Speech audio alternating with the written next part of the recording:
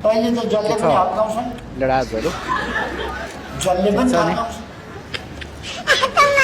आजकल बाजे के बाजे भन्नु है अपुत्रो मौजुलाई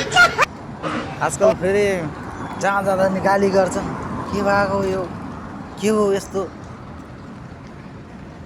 त्यस्तै त हो त ल आफ्नो सन्तान जस्तै सम्झेर चाहिँ टक्क जनताहरूलाई नि माया गरेको भए 23-24ले यो दिन ल्याउँदैन थियो नि त पातकी अपुत्रे आफैले गर्दा गाली खाने उ गर्ने भएको